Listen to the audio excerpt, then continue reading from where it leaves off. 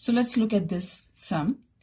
It says if x plus y is equal to 14 and 2x minus y is equal to 16, then find x. So in such type of problems, these are equation problems. The trick here is you should get the equation in any one variable. Once you get the equation answer in one variable, you can find the value of the other variable. So let's try to see. Okay, now, so the solution is, okay, now I know easily that the signs are opposite for the variable y. So if I add these two equations, my y gets cancelled, right? So we'll say, let's add equation 1 and equation 2. So we get x plus y is equal to 14 and you have 2x minus y is equal to 16. You add here. When you're adding, your signs do not change, okay, because it is plus plus plus and plus into minus remains minus. So in addition, so while you're adding the equations, your signs do not change. Now here you can see this y gets cancelled. 2 plus 1 is 3x is equal to 30. X is equal to 30 upon 3 and therefore x is equal to 10. So once you get the value of x, you can substitute the value of x in any of these equations. So this looks easier. So let's substitute x in this and let's find the value of y. We have x plus y is equal to 14. X is 10 plus y is equal to 14.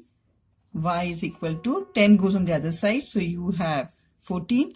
Whenever the numbers shift from the side of in the opposite side of the equal to sign, their signs change. So if it is minus, it becomes plus, and if it's plus, it becomes minus. So here you have plus 10, it will become minus 10. So y is equal to 4.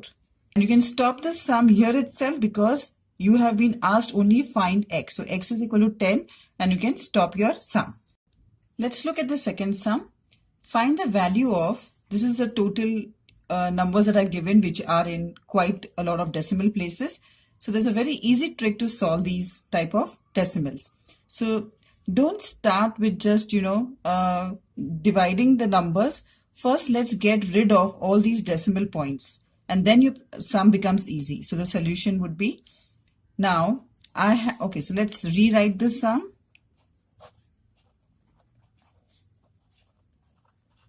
You should be very careful in writing the number of zeros as they are, because most of the time the students make mistakes in copying the sum as it is. So that's a tricky part.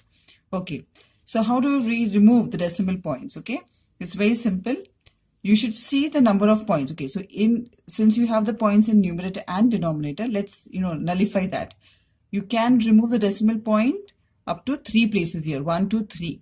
Similarly, you will have to shift the decimal point to 3 places in the numerator as well. So you get 4.1 upon 16. Same thing you can do here. You have 1, 2, 3, 4 and 5. 1, 2, 3, 4 and 5. Okay. So your decimal point reaches here. And in this case, it reaches here. So you have 32 upon 4.1. Okay. Now you can divide these both as well because you have multiplication sign in between. You can remove the decimal here, remove the decimal here.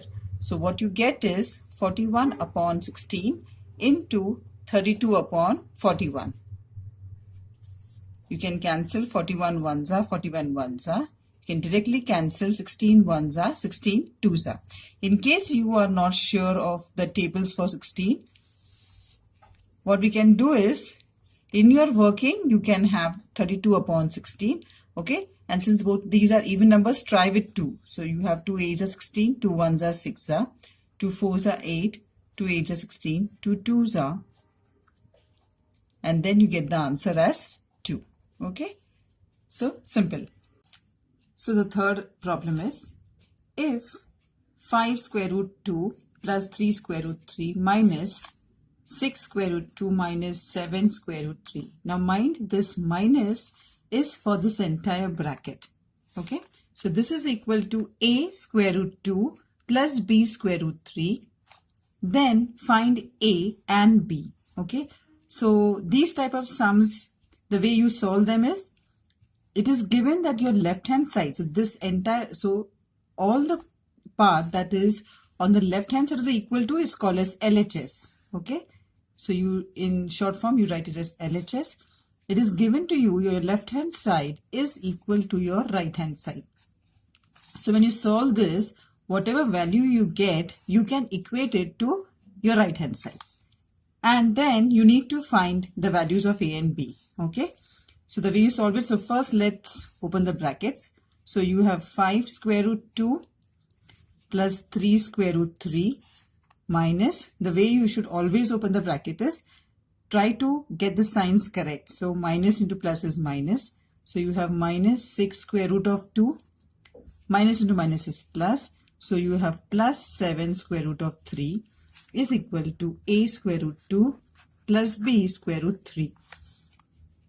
Now you can always add or subtract only the like terms. So whenever you have square root of a number, the like terms are in the square root, the number should be the same. Okay, so here the like terms are 5 square root 2 and 6 square root 2. Also 3 square root 3 and 7 square root 3. Okay, so you cannot add this and this. So let's get the like terms together. So you have this minus 6 square root 2. So you've just got the like terms together. Now let's solve this. Plus into minus is minus.